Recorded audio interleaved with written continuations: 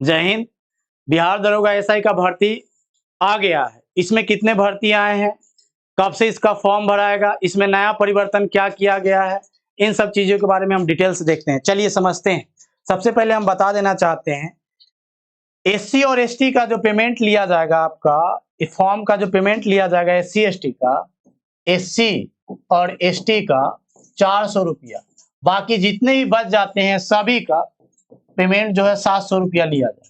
अब यहाँ पे समझते हैं, यदि पोस्ट 1500 पोस्ट आते हैं तो उसमें आपको जनरल के लिए 441 पोस्ट रहेंगे, ईडब्ल्यूएस के लिए 111, ईबीसी के लिए 238।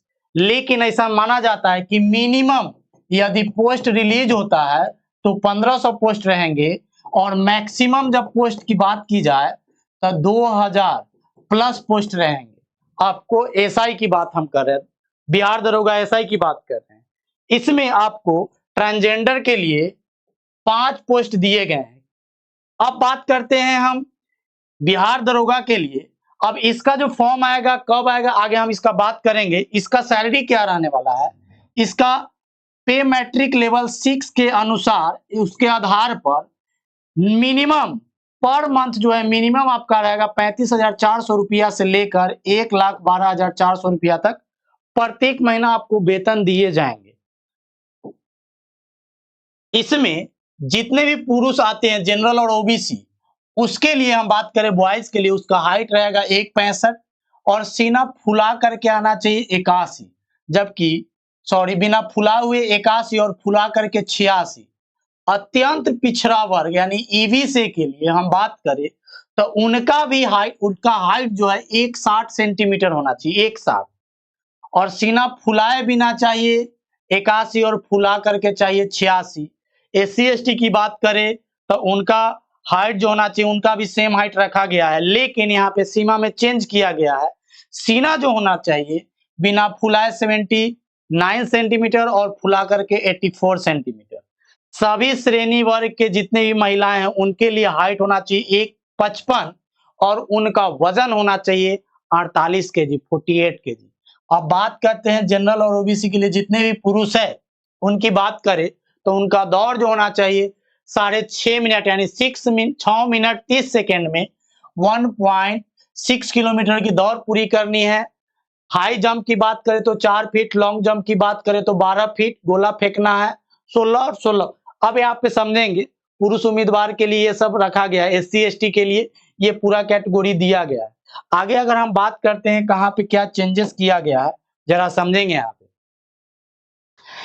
आपका 2 एग्जाम होगा, एक जो होगा पीटी होगा और दूसरा जो होगा मेंस होगा।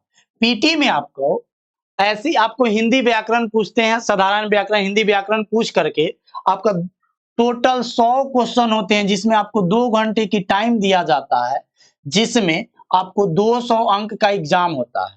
इसमें अगर आप पेपर में एक गलती करते हैं, एक उत्तर, यदि आप एक प्रश्न को एक गलती करते हैं तो आधा अंक काट लिया जाता है, यानी 1/2 अंक का नेगेटिव मार्किंग रखा गया है। इसमें आपको क्या है, प्रीलिम्स में आपको पास होने के लिए, पीटी पास होने के लिए कम से कम आपको 35% से 40% तक अंक लाना होगा। इसमें आपको केवल सामान्य हिंदी पूछे जाते हैं, और सामान्य हिंदी पूछे जाते हैं, व्याकरण पूछे जाते हैं, हिंदी व्याकरण पूछे जाते हैं, बस यही पेपर पूछे जाते हैं और इसमें केवल आपको पास होना है।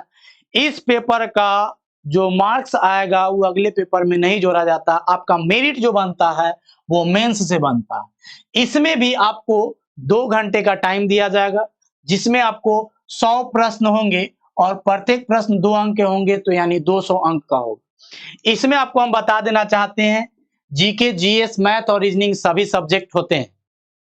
इसमें आप यदि एक उत्तर गलती करते हैं तो इसमें भी आपको आधा अंक काट लिए जाते हैं प्रत्येक गलत उत्तर पर। प्रत्येक गलत करने पर, प्रत्येक आप प्रश्न का अगर गलत उत्तर देते हैं तो आधा अंक काट लिया जाता है।